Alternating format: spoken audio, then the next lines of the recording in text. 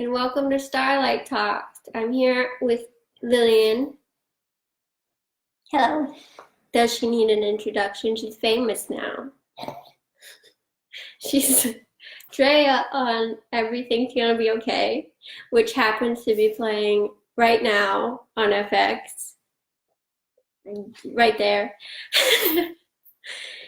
And we're gonna talk about autism and us, okay? Because we both have autism. Also, if you have any questions, please ask questions because we love getting questions and answering them. Hi, Richard. Thank you for joining us. Go to autism.com and register for all the things, including a workshop for what we wish our parents did differently. We just got a notification that we're live. Sign up for support groups. We have a women's support group, an adult support group, and we have a parent coffee. And then we have our socials coming up. We have a bowling event. So register for all the things. Hello. Say hi if you're watching, and we'll say hi. We'll say your name. That'll be really cool. You'll feel like we're together having a conversation, which we are. So it will feel like that. Because that's what's happening. So tuck. Thank you. You're welcome. Now you're beautiful. Perfect. There's Mom. Hello. Hi, Mommy. We're famous now.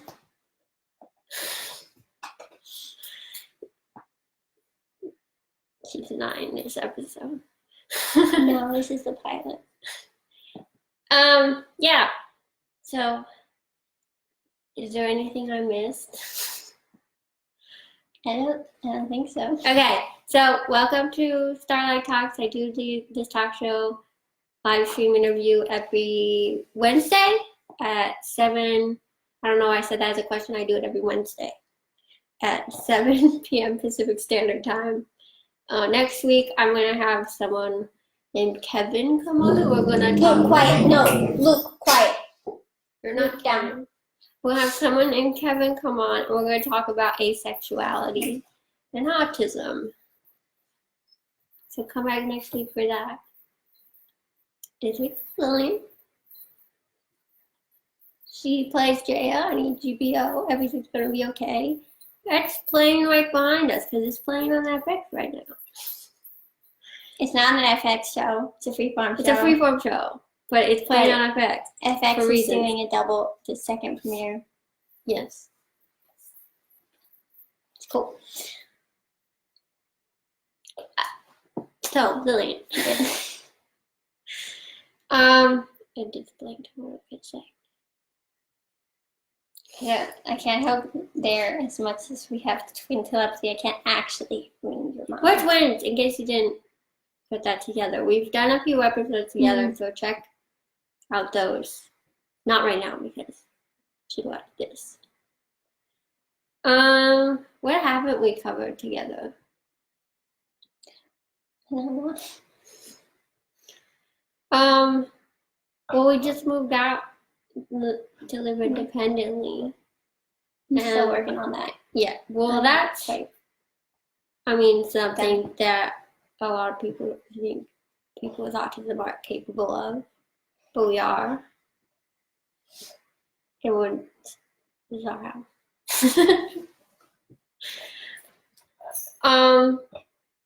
So it's possible, which is a cool thing. People should know that we can do all the things.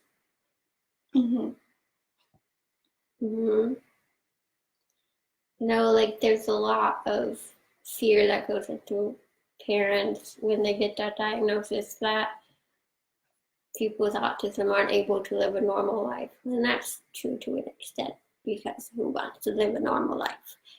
But we can do things just in our own way and in our own time, such as moving out and living independently. Yes. from our parents. Yeah, not from each other. We decided to do that together. Yeah. I love it.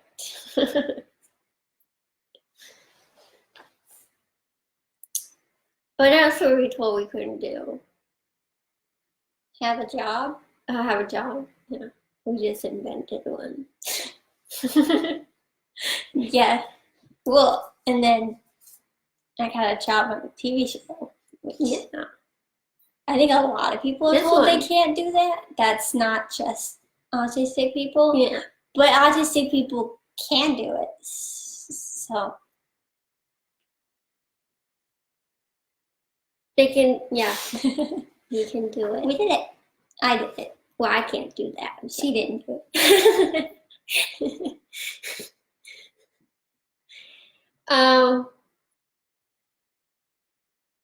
We're told we have poor communication skills, but hey, I have a live stream telling parents all about what autism is. How to communicate with their child. You're welcome. We are experts. Isn't that weird? Yes. We're experts in something. In a lot of things. Mm-hmm. Yep. I don't like saying that. I just like saying I have autism, so listen to me. But I should say I'm an expert because I've done a lot of research. I talked to and interviewed and done lots of things.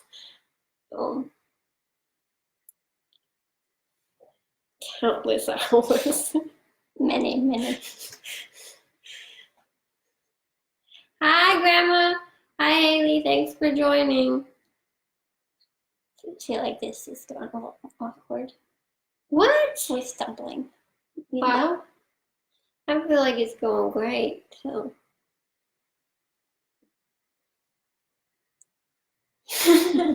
We got a very different feeling. Vibe. Oh my God, Haley says hi, Lillian and Chloe in all caps. I like that enthusiasm. It's Yeah. excitement. That's autistic excitement. Just in the hands and nowhere else. Right?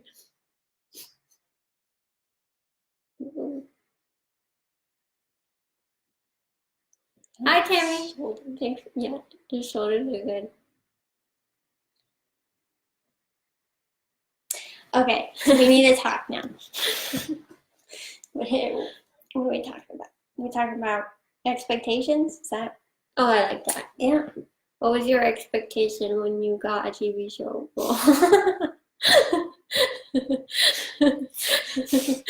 No, I did not know what to expect. That was just insane. There's like, how do you comprehend that? That was my thought process. There wasn't expectation. It was, wow, what happens now? My favorite story to tell people is they were like, you should read for network, and you were like, I can't, I have finals. Man. Well, priorities. Haley says, hi, Drea. She's Drea. I play Drea. I am not Drea. Well, Please. I'm not Drea. I'm Big Press. I've been joking that I have a celebrity look-alike, and it's Maeve Press. Not only because We look a lot alike, yeah, to the point that people confused us. yeah.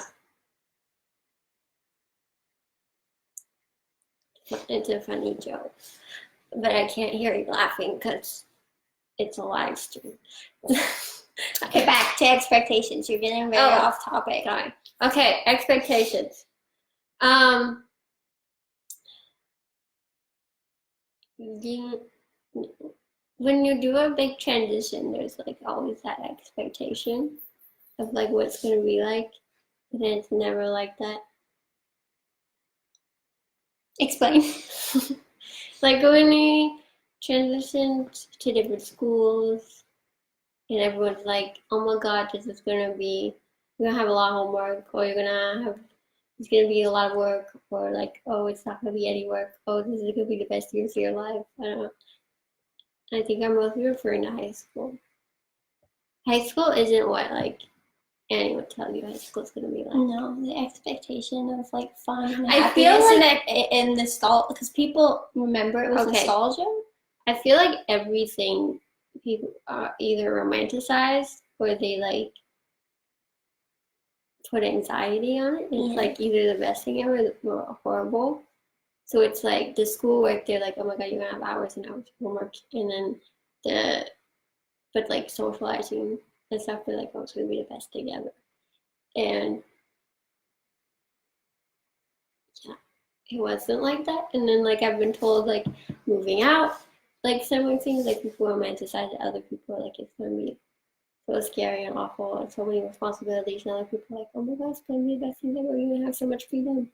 And like it's just like reality where there's like there's pros and cons. Both. It's like well, but not like to the extent that everyone's saying. Yeah. You know, it's just like there's good and bad, but it's not like end of the world and best thing ever. It's just like, do you like these things about being independent or do you not? And then that would be why you like it or not. And so, I don't know, there's like, because of like all that expectation, I used to have like so much anxiety about like big changes and you know different things. And like I do still have to take a lot of time to transition into a new place, especially like physically in a new place and new foods because I would get constipated. Fun fact. But but and I have to set up new routines and all that kind of stuff to like make myself comfortable. But like that's like anyone, I feel like they have to like figure out what works for them in a new place. Whether it's like a new activity, a new social group, or a new school, or a new house. But like it used to be like people with autism can't transition. It's like yeah, I can. You just got slower. A Yeah. lot of times we need a lot slower transition, more time. Like we can, yeah, and we just need warning. yeah. And just like to do the things that help you. Take it seriously. Mhm. Hi, Sean. Hi, Alexa. Thanks for joining. We're talking about expectations and right now transitions. Do you have anything to add?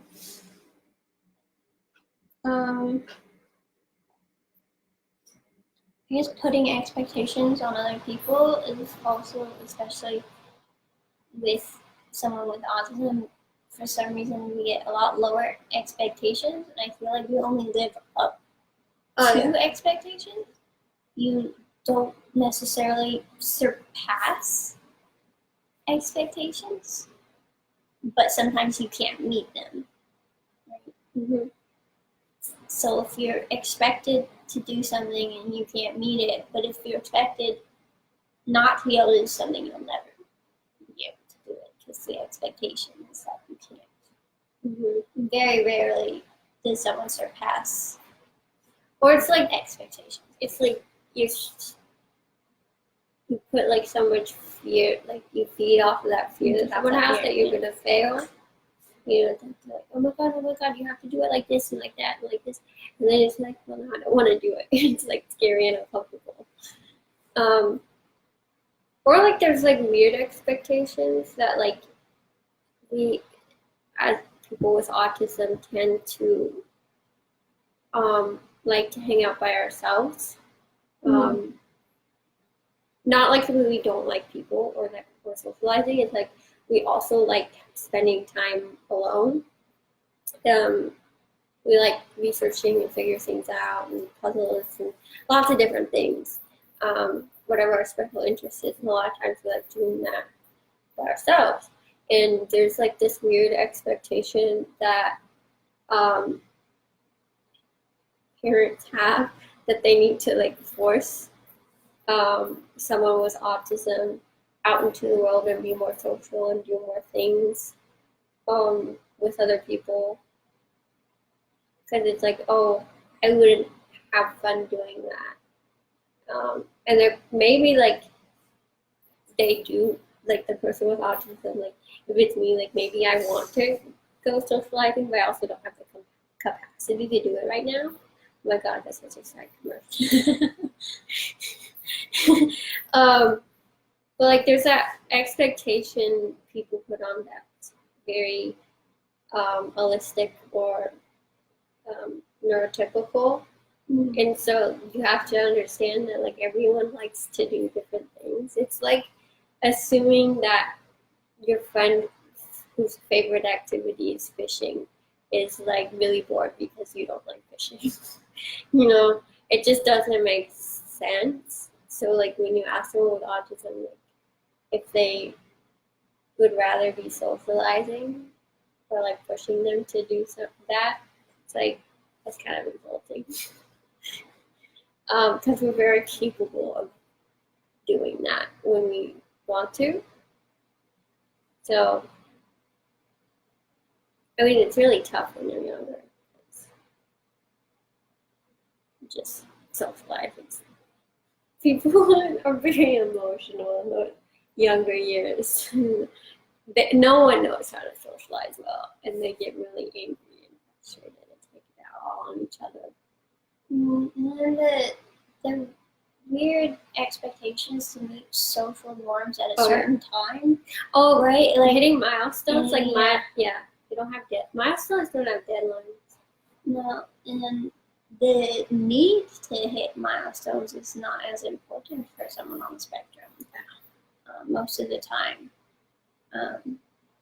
So we don't want to necessarily, so pushing us to do something like that just makes us miserable.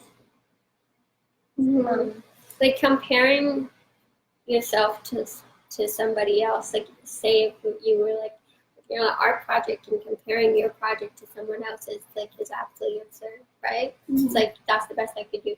Why are you comparing your milestones to other people's milestones? Like that doesn't make any sense. And like we're twins and we had different milestones that we met at different times. Like I lost my tooth like a year before, like my first tooth, and then I got my period a couple years before. But she like did a lot of other stuff before me. So you meet different milestones at different times. And that's fine. Yeah, and then the expectation to go to prom, to go to graduation, to go to the specific, or like you have to celebrate things in a certain way is not. Or meet traditions or I don't know, all those kind of things. It's like it's a lot of pressure. I feel like, and it's not something that everyone wants to do. Yeah. And if you don't want to go to prom, and people are like you're gonna regret it later. Not always. No. You know, go to your graduation, you're gonna regret it. I can celebrate if I have my own celebration. I'll still feel like I still graduated. I still got that diploma, but going to graduation would just make me miserable. So I'd rather celebrate it in my own way. I don't like people at my school. I don't have friends there. My friends are somewhere else. So I'm gonna have my own going away, which is prom. Say goodbye to people at the school, not the people I want to say that to. Right? It's celebrating in your own way your successes. Not it's the way someone expects you to.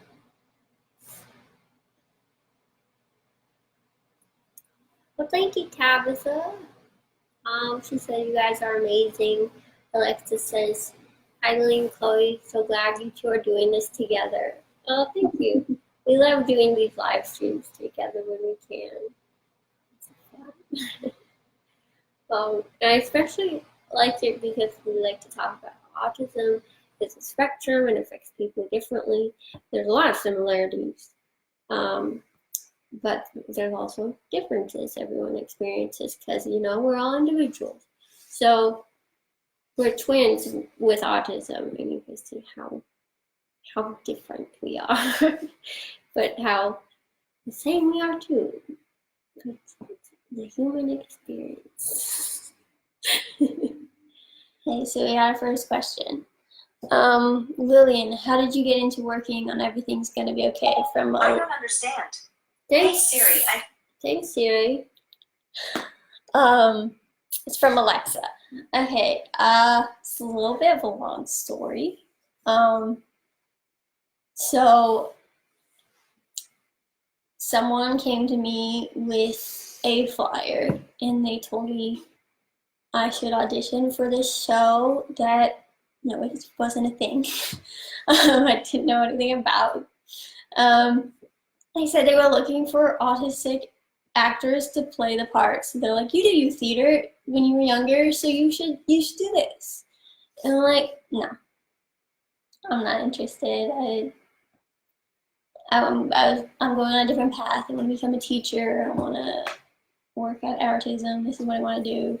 And they're like, no, just go out. You'll have a good time. You'll meet people. You'll work on your social skills. You'll work on your executive functioning. It'll just be a good experience. I'm like, I'll think about it. So then I approached Chloe because we were to make a video submission. And I was like, what do you think? I don't know if I'm going to do it. And she's like, just do it. So we did that. And I submitted that. And then the next week I was reading for a network as an audition for Matilda.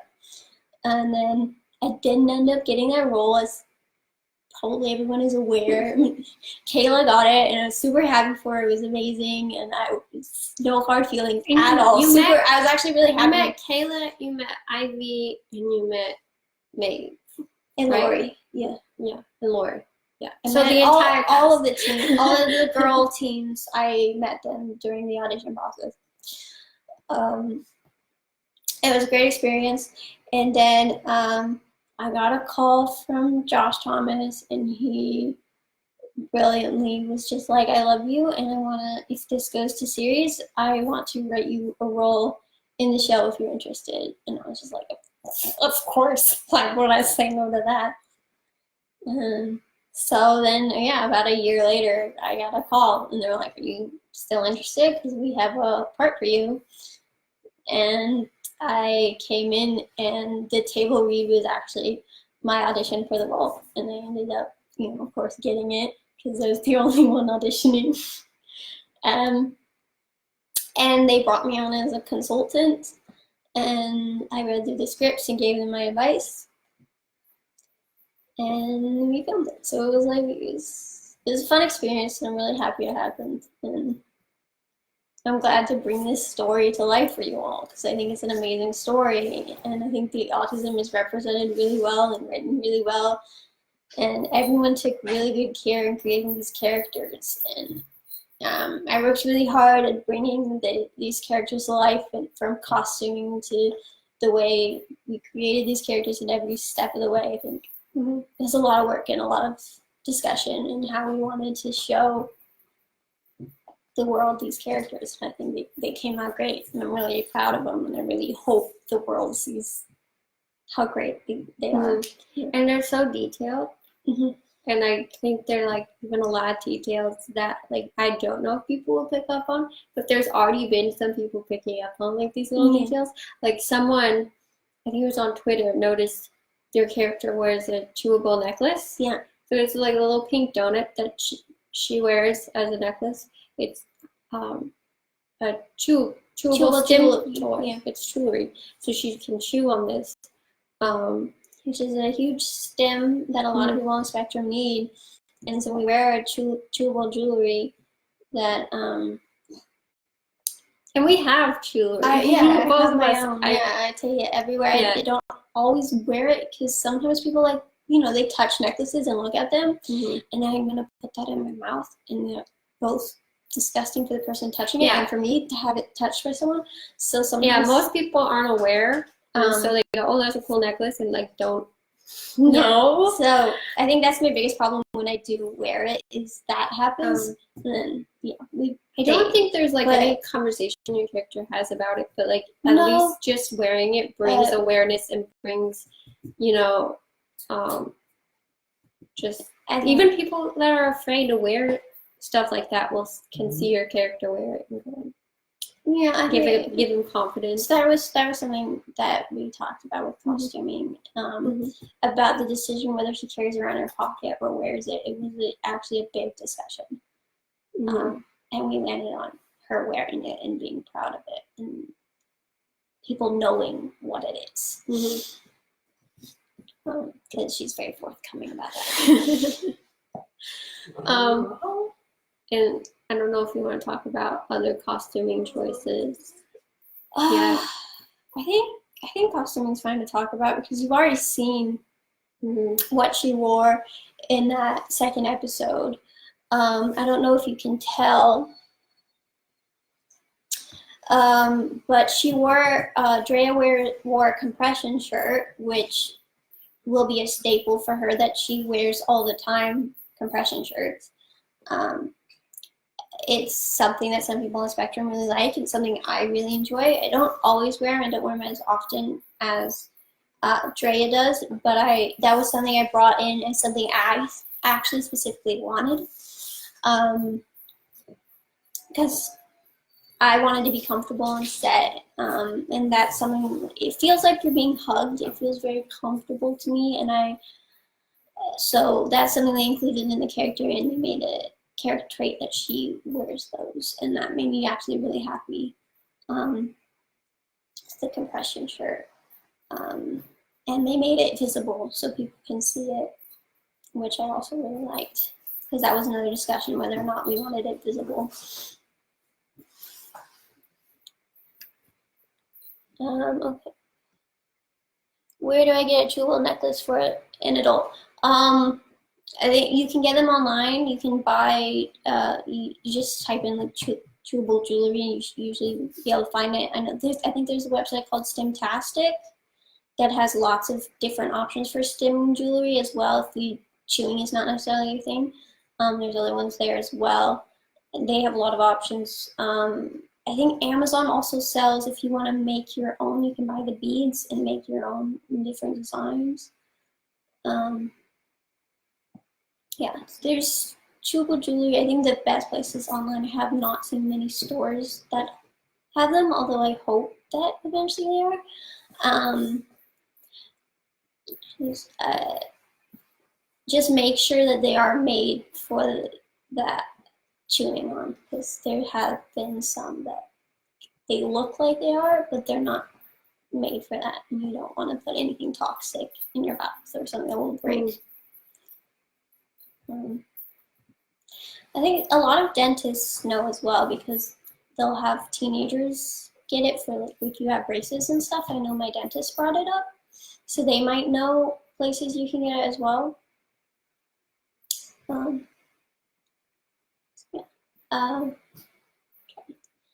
That's such a cool story. I'm so happy for you. I know you love theater, so this is a step in the right direction. I'm happy and proud of you.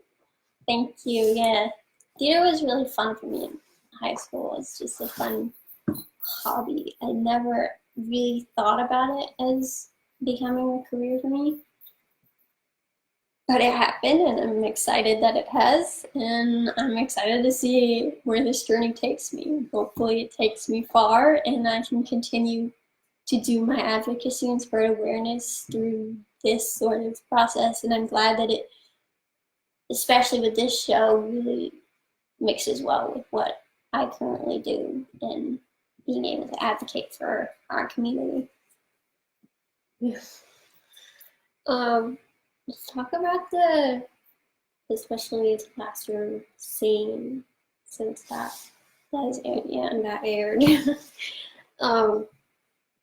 That so there's a meltdown that happens, and for me that scene has never been shown before, like the inside of a special needs classroom in this way. Aware. It's like the meltdowns and everyone was kind of a normal occurrence for me in my special needs classrooms that most of the school was not aware of. Like you would go into that room to melt down. At any time of day, I could go into that room. So it's private as far as outside of the neurodiverse community, outside of the special needs community. But like in that classroom, it's like I always found it to be such a supportive environment. There is always one very special teacher in the special needs department that I connected with, that I could go to and have these meltdowns and ask for help, and so that scene really brought me back to high school and those feelings, and it was such a great scene, and walking in that classroom, the way they created that set was great, and it wasn't there was a line they cut that I kind of wish they kept in, where when you and Kayla were walking out of the classroom to like deal with whatever you're dealing with, the teacher was like, "Hey ladies," and then kind of stopped herself and was like, okay, you guys deal with it.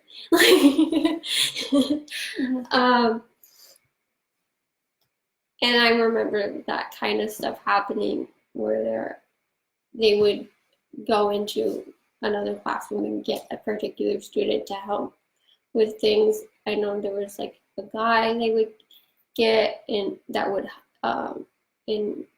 happen to me in my class one year, that would go around and just hug everyone because he gave really good hugs.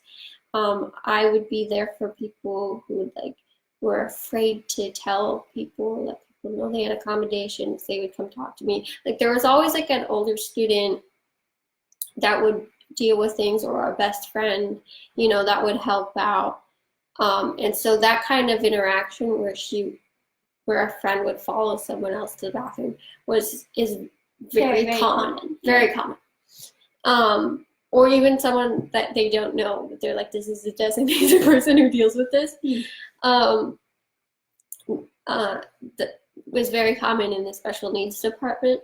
The ability to leave them and come back without the teacher needing to know where you're going, what's going on, is very common as well. As long as they know you're going to come back. There are students that are like, no. But when you build that trust, they're like, yeah, they're going to deal with those feelings and then come back, so they're not disrupting and causing breakdowns for everyone. Which is why the teacher didn't run after them and stop them and continue to help other students, because they needed that. And her and Drea and Matilda just needed to deal with that that meltdown. So I thought that was really cool. Yeah, it was really cool to see that on screen. And I don't know how many people saw it as big of a deal it is, but it felt like a really big deal when I saw that in the script. And how well it was written and understood that was like a very necessary thing for her to leave that classroom. And that was the teacher understood first scene I saw being filmed. And I got emotional. It was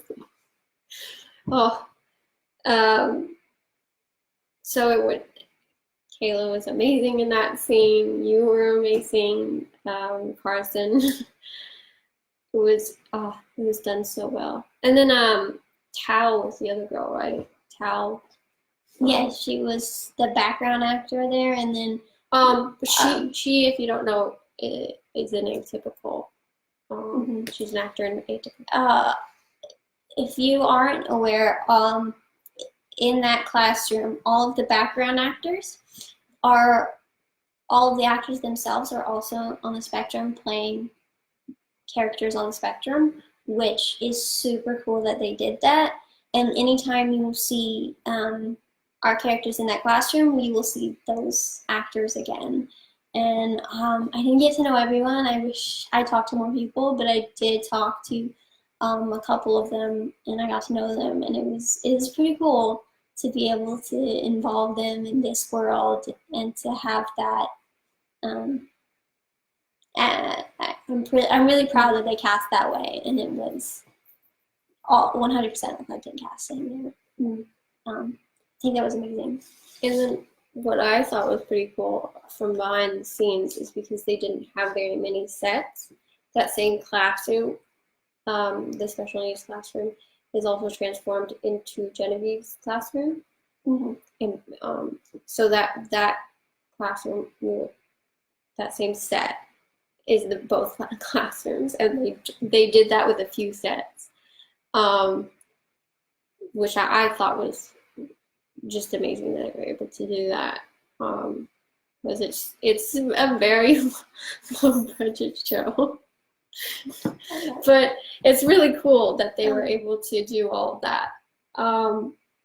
Yeah, I think we explored some of the sets, and I didn't get to explore that set, but I explored Genevieve's set, and like they have like all those school books in the back, and like everything there was like so cool. It felt like they really paid attention. They paid attention to what a classroom today looks like.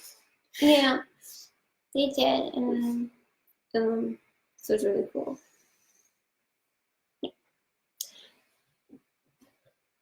If you have any more questions, you'd like to answer it. I think that's like everything that we should talk about this show, and leave like. So yeah, watch the next episode tomorrow. Alexis says, Chloe, tell me more about your woman workshop that you do. Okay, it's not a workshop. It's a support group. I do a support group once a month for females on the spectrum. I just did my first one last month, which was really cool. We got a few people to come, and we talked about a lot of really cool things about people that I can't tell you guys about, because that's what support groups are secret. But yeah, if you want to come, we talk about living on the spectrum. We talk about being a woman in a very supportive environment with other women. Yeah, it's been really cool. So come to the next one. Register for that. It's not online. It's in person in Redondo Beach, California. But I'm doing a workshop on what I wish my parents did differently with Danny Rainey. That's what the workshop is. And I've done it a few times, and it's been really cool meeting people at these different workshop events, and watching families communicate for the first time, and those on the spectrum go, yeah, that's how I'm feeling, and I didn't know how to communicate that to my parents. Now my parents feel like they understand me. It's been really cool to see that stuff. I met a girl who had never met anyone else with autism before, and just felt seen for the first time. So yeah, there's been really cool experiences I've been getting to do because of these workshops. Will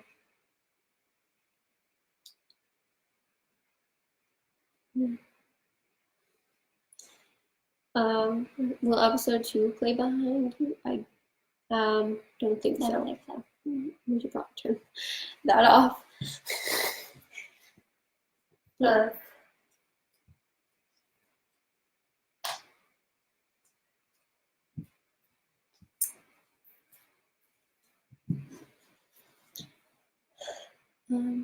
Ethan says you guys gonna become celebrities. That's gonna be weird. It's yeah, I have to get used to that because like it's more like that you have been mistaken for me. Yeah. Because I do the Starlight talks and I do a lot of stuff online with autism, and so you show your face more, and I've always been behind the scenes, and now it's so now it's gonna be my split. face, and I feel like we're even gonna get made press. And actually, like, being famous is like one of my worst fears. It's something I really am uncomfortable with. I'm really scared of it. I'm like the opposite. I'd rather be like the famous one rather than the one talking to a celebrity. That freaks me out more, is like talking to someone who I sort of know, but they don't know me. Like that concept freaks me out. So I'd rather be like, I like being ignored. yeah. I feel like you have to be nice to people when you're a celebrity. Sometimes I don't want to be nice to people. It's just that kind of person. I'm sorry. Okay. I can't wait. Which is why I have to protect you. Yeah, I yell at people for you because you're like, it's fine. No. And not. I don't. No. Scared. It'll be fine. I'll be fine. Socializing. We do it differently. Don't do it. You have to do it. I know. I like it. It is fun. So I don't want to have to. Yeah, I agree that like meeting new people is like the stupidest part of socializing. Small talk. Yeah. It's like, let's just jump into like deep conversation and personal stuff. Yes. Let's not talk about bullshit. Can I say bullshit? It's my show. I can say bullshit. Hi, Consuelo. Thank you. I said that right, didn't I? I hope so. Okay, thank you for joining. I said it so confident. Mostly I was like hoping I read it right. Let's just in case Consuela. That's definitely probably not. No, I just said it. I made up your name. That's your name now. I'm afraid we insulted him. I'm so sorry. Yeah. Okay, what time is it? Oh, 7:43. We still have some time, so ask us questions. Thank you. Okay. I'm glad we didn't insult you. Yeah, I just get like when people have a name that I feel like no one can read or pronounce. Like people, like it can be like an easy joke. Yeah, people get uncomfortable. But I'll say little children cannot say my name.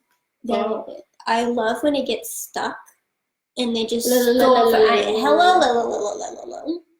Oh, yeah, that's my name. It makes me laugh. I love it. And then there's the William. Yeah, my name's William. Got it. With mine, because it's spelled CHL, the most common misspelling is CHOLE. Chol. And then some people just say clear. Yeah. And it's just obviously not. Yeah. But a lot of people see my name and can't read it because everyone now spells it without the H or with a K, because that's how the Kardashians spell it. And so when they see the CH, people get confused. They don't even try to pronounce it sometimes. They're just like, this person, or they say my last name.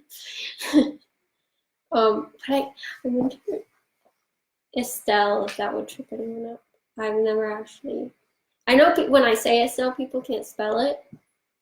But I wonder, I've never had someone like see it and try to say it. So, but I get, oh yeah, the viewing party, I didn't say that. Oh, I was in the middle of a sentence, but whatever. I don't remember it. Yeah, we have a viewing party of everything will be okay. February 8th, at Autism, which is the show she's in. Yes. So if you want to meet me in person and watch my show and talk about it, ask me questions, more episodes will have come out and we'll have much to discuss. Yep. It'll be exciting.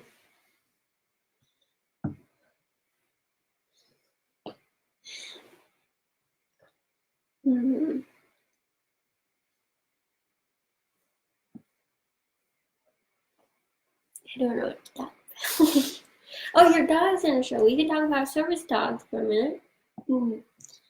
Yeah, people have been very excited, even though we had 2 seconds on screen. People have been very excited that there's a service dog in the show. And yes, he will continue to be in the show. And that was cool. I didn't mention that when I auditioned for Matilda, they were like, well, we can give Matilda a service dog, and then I didn't get the role. But then they're like, Drea will have a service. And they wrote him into the show, and he is my service dog. And he's Luke, and he plays Duke, and that was nice. Yeah.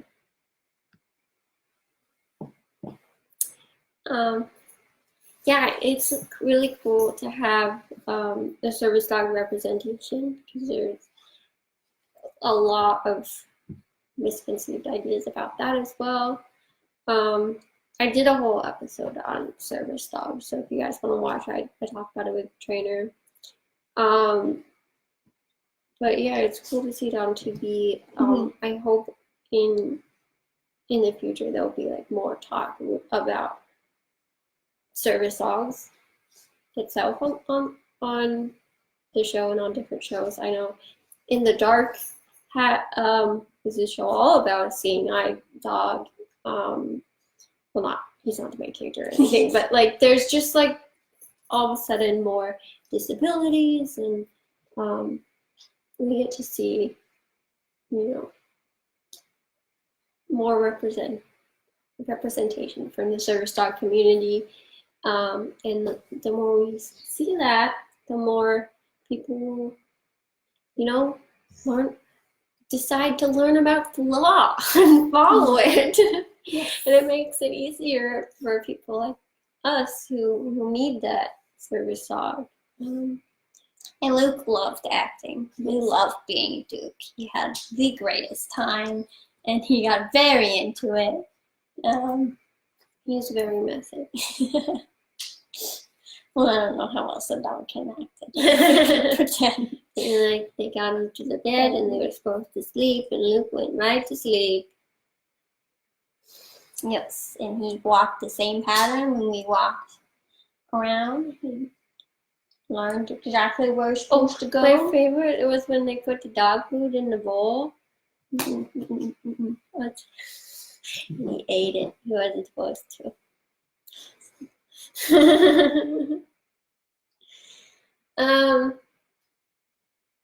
Yeah, there's like a lot of funny stories. We can't talk about anything, Chloe. Okay. Stop giving away things. I'm not giving anything away. Benji was also on set. He's never gonna be seen in the show, but yeah, our dogs love working. I know there's also that idea that dogs don't like to be service dogs and would rather not, and that's not true. That's not true at all. They love having a purpose. They love working. Luke gets very upset when I leave him behind. He does not like not doing his job. Benji has full-on panic attacks when he's not doing his job. He's very, very upset. He's like, yeah, we need to be working. Yeah. So they are very, very happy to do their job and really want to do their job. And they will let you know the days they do not. Yes. Just like everyone, we have our days where we like, don't want to do something. Yeah. Dogs are the same way. They have good days, they have bad days. But they love working. Obviously, I would never want to bring a dog to set that does not want to be on set, that is scared or upset. But these dogs, they love it. They love it. The set is their favorite place to be, especially Luke. Like that is the one place he will go at 3:00 in the morning, no matter what. There's many places that will not go in the morning. He does not like waking up early. But for set, he's up and he's ready. Yeah. He will complain. It's so early. But he wants to be there. Yeah. Benji tried acting in some short films. I would say he's really good at it, but he doesn't enjoy it. Where Luke just loves it. Yeah. So they both have their own personalities and their own special talents. And, although, like, after doing it too many times, they both get very upset and go like, "Why are we doing this for the 10th time?" But like the first couple of times, they like enjoy it. Yeah, because you have to repeat things a lot on set, and so I know with Benji, when I'm like directing something and everyone's repeating the same thing, he starts getting bored and antsy. And like, can we just move on to the next thing? Like, yeah, he somehow knows that we're behind if we have to do it this many times. They love being service dogs, and Disneyland is one of their favorite places to go. They love the rides so much. Yeah. The rides, and then Luke himself loves the crates because he doesn't get to be crated at home. And Luke loves the characters. He loves meeting the characters. Oh my goodness.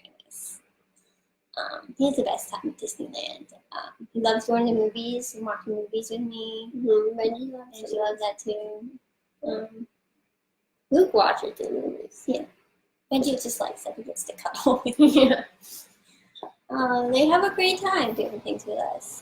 They love going to the office. They feel like their office is their home. Yeah. Sometimes they get a little too much. This is my home. No, it's not. They don't like realize they're on duty at the office sometimes because everyone just like wants to hang out with them, just chill what they're doing, whatever. So then when we have like clients, we're like, did you see Like a Boss with you? Okay, Alexa is my friend, and she was an editor on the movie Like a Boss. She edited Like a Boss. I like saying that. I told a couple of people that without realizing that was a sentence that, says she's the boss editor. And then realized like the context of that. Like but she also movies she edited. Yes, but she also edited Like Boss. Yeah. So I went to that movie Monday. As I go to the movies. It's movie day for me. I used to go Tuesdays, but like AMC does $5 Tuesdays, and the line is. Whew! I like going being by myself. So Mondays, don't know why that was important to tell you, but yeah, I took Benji to the movie. He loved it because he just cuddled in my lap through the whole thing. It was great. It was a fun time.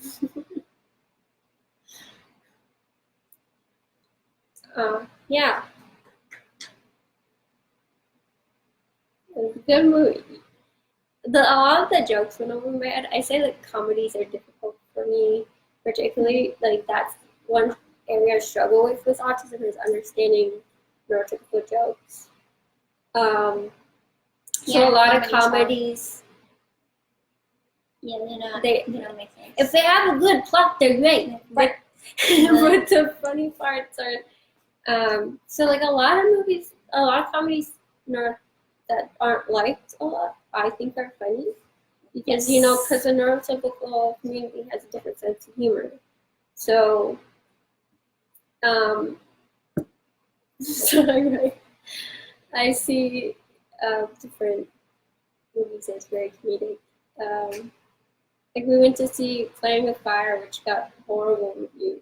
We went to see Ghostbusters, the new Ghostbusters. We thought those were funny. So funny, laughing so hard.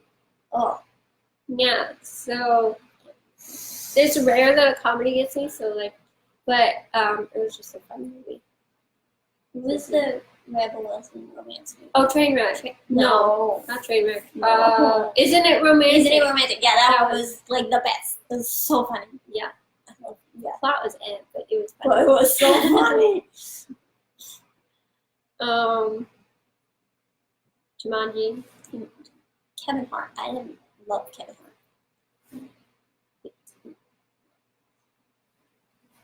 Yeah, so yeah, we have a different sense of humor, but we have like the same with each other a lot of times.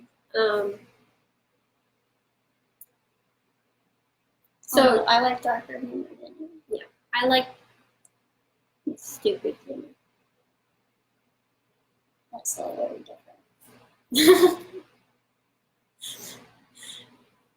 It's the tones, but like the jokes themselves, we understand. We get it. It's the same sort of thing, but I like it. The topic. Yeah, so we're almost reaching the end of the hour. Yes. So any last questions, please ask us. Love your questions. Thank you guys for joining. Come back next week. Talk about all the events again. Let's do it. Go to autism.com and sign up for all of our events. We have support groups. We did talk about multiple times already, but there's a women's support group, there's an adult support group, and there's a parent coffee. Sign up for our socials. We have a bowling event coming up, and we have a workshop coming up with Danny Rady, and we have the viewing of Everything's Gonna Be Okay. So go register for everything. Do all of it. And then I have a blog on the website where I write about living on the spectrum. I have a new blog coming out about perspective, which you should check out, that I work really hard on. And come back next week because I do these live streams every Wednesday at 7 Pacific Standard Time. And next week we're going to talk about asexuality. If you don't know what that is, because I just realized that's not a very common term. It's sexual orientation. That means you don't like sex. So it gets more complicated than that. I don't like to say just doesn't like, but like that's the best way to explain it quickly. Come back next week to find out about it. I think it's very stereotyped that those of us on the spectrum are asexual, but I haven't met very many. I've only met like 2 people with autism, and like I've gone to like so many events. No, I've met a lot of people with autism. I've only met 2 people with autism who are also asexual. But I've been to like a ton of autism events and met other people, and like